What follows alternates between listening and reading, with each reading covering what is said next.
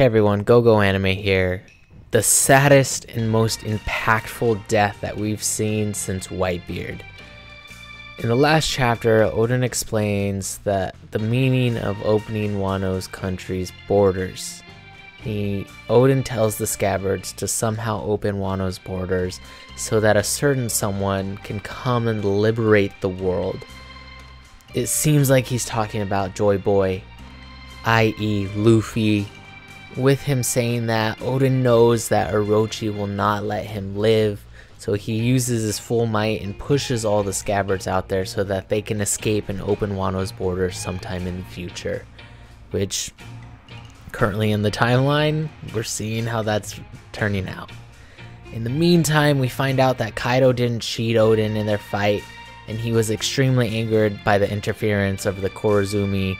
Kaido in fact reveals that to Odin, and we understand how much Kaido respects Odin, which is a shocker to me. You know, that just Kaido's been a character that's been a drunk bastard that's just not cared and just been ruthless and been a guy that's just been about destruction and death. And to see this in this chapter just kind of blew my mind and took me back for a second to really see a different side of Kaido.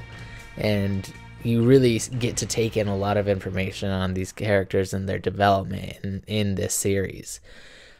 Moving on, Kaido realized that Odin's body was done, even though he managed such an incredible feat, and going out like that was probably one of the most honorable and dignified ways he could have died given the circumstances.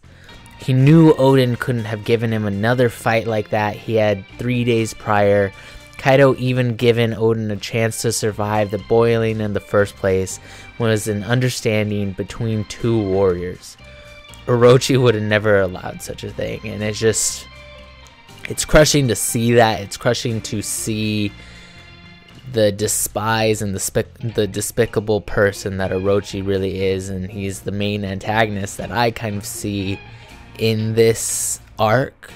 And I just see Kaido as a more complex character, and I give it to him for that. And you really identify that in a lot of the arcs. There are usually paired villains, such as Doflamingo and the Marines showing up in Dressrosa. You get Katakuri and Big Mom as the two big main villains in Whole Cake Island, and so on and so forth. There are other villains in each arc. And no difference here with Kaido and Orochi. But nonetheless, it doesn't take away from Odin dying a legendary death. Just like Whitebeard, you can see how hard that hit his scabbards in particular. To them, he was more than a leader. He was like a father figure who protected them to the bitter end, much like Whitebeard. Both Odin and Whitebeard died on their feet protecting their family, betrayed by those they welcomed. Furthermore, Toki sending her son and some of his retainers 20 years into the future is revealed to be an instruction by Odin. A giant war will start in 20 years, and someone will come and defeat Kaido then. So Odin's prophecy has come true, and Luffy is here to defeat Kaido. We thought Luffy will help and defeat Kaido, but it seems like Luffy will 1v1 Kaido and defeat him.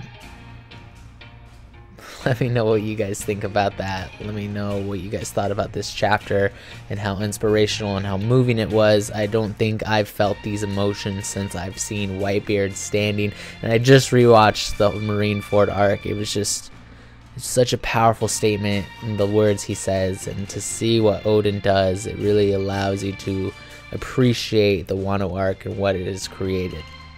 Take care, guys. Later.